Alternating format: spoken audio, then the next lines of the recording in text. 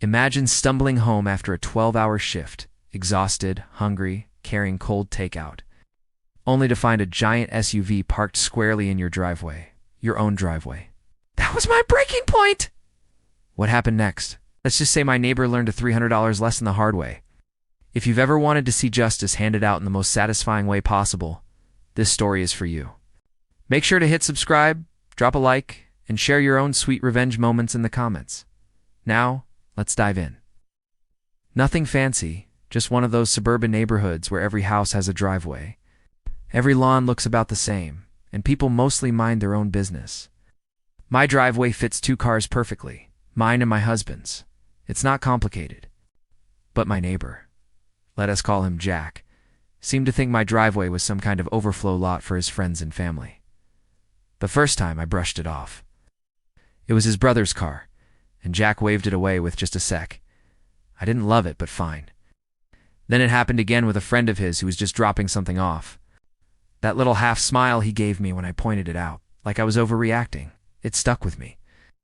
Weeks went by and this accidental parking habit kept showing up like clockwork. Picture this. I'm a nurse. My shifts are brutal. I drag myself home, my body aching, my mind fried, and instead of pulling into my driveway and breathing a sigh of relief, I'd see a strange car sitting there. Once I even had to park halfway down the street and haul 5 grocery bags in my arms, tripping over the curb in the dark, because some random truck decided my spot was convenient. Every time I confronted Jack, his response was the same. Dismissive. That same smirk, that same line. Oh yeah, sorry, they'll be gone soon. But here's the thing about being constantly dismissed. It eats at you. It's not just the inconvenience. It's the disrespect. The unspoken message that your time, your exhaustion, your boundaries don't matter. The final straw came one Friday night. I'd just finished a grueling 12-hour shift. My scrubs were sticky with sweat. My feet felt like lead. And the only thing keeping me going was the bag of takeout sitting in the passenger seat. I pulled into the cul-de-sac. There it was. A massive white SUV, dead center in my driveway, not tucked to the side, not angled politely, just arrogantly sprawled across the concrete like it owned the place. I sat there for a full minute, gripping the steering wheel, staring at it. My stomach growled, my fries were getting cold, and I felt that hot, buzzing anger in my chest. I marched up to Jack's door. No answer. I called his phone. Finally, he picked up. His voice was casual, almost lazy. Oh yeah, that's my in-laws. They'll only be there a couple hours. Just park on the street. It's not a big deal. Nota, big deal. That was the moment something in me snapped.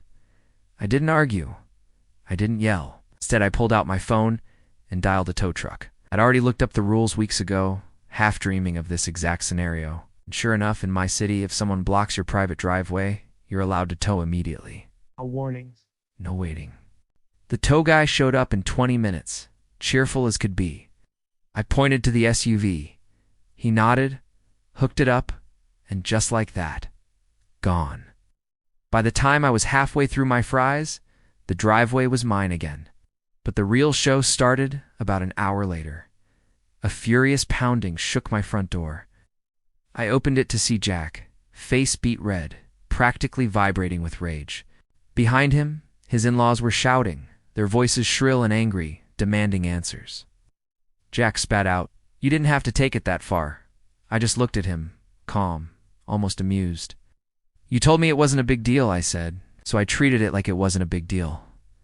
And with that, I shut the door in his face. Later, I found out it cost them nearly $300 to get that SUV back.